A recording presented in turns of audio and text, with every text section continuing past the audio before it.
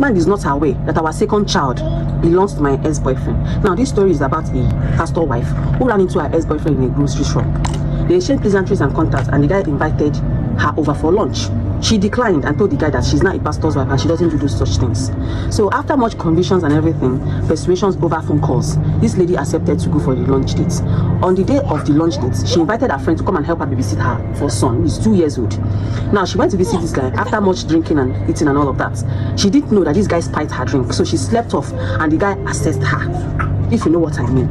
So she woke up very late and quarreled with this guy that, why would you allow me to sleep this late? Then she saw herself and saw that this guy had access to her body. She got angry at this guy, dashed out of his house, blocked him and deleted his phone number. She never got in contact with this guy again. Months after much, like a month or 2 months later, she found that she was pregnant. But because her husband is very prominent, well known, and she's the pastor's wife, she became scared that she doesn't even know how she's going to go to the hospital to have a D&C.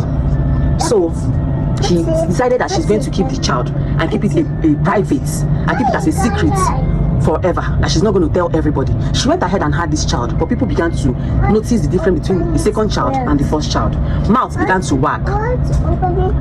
Mouths began to wag. People began to say a lot of things, that this child doesn't look like the husband or her or the first child, that the guy baby is different. Because she know what is going on, she kept it. She never made a comment, you know, until one day this her ex-boyfriend ran into her again in a grocery shop and saw the child, saw that she has a child.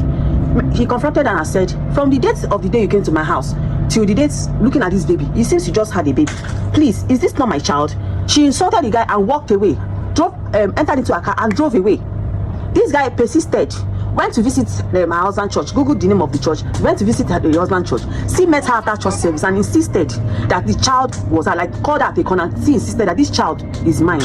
She said, it's like, you don't know what you're saying. Which child is yours? Have you forgotten I was married before the day I came to your house? And I have a child. So why would you say that that this child belongs to you? How do you know the child belongs to you? The guy tricked her and took a sample of the baby hair, went to a DNA hospital and ran a DNA test on the sample of his own and the hair sample he took from the baby.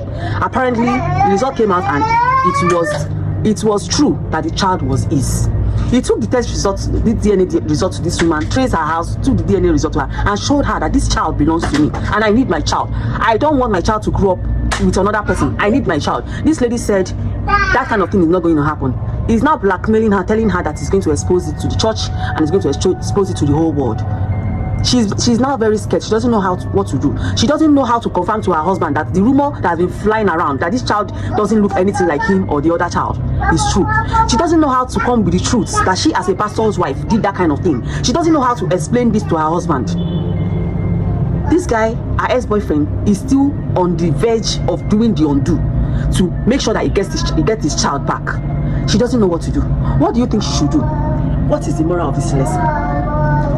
If the ex-boyfriend was that nice, why did you not end up with him? For those of us women, married women, who is married and is still seeing ex-boyfriends, if this story inspires you, I think it's time for you to stop. Because the consequences of our action, most times, we will not even see it. And Adaino comes last.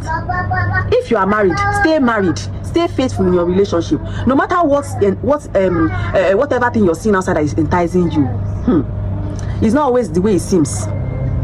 Now, if you like this story, kindly share this video, comment in the comment section your own opinion, what you think she should do, and then this will encourage me to share more real life stories with you. See you in my next one. Bye bye.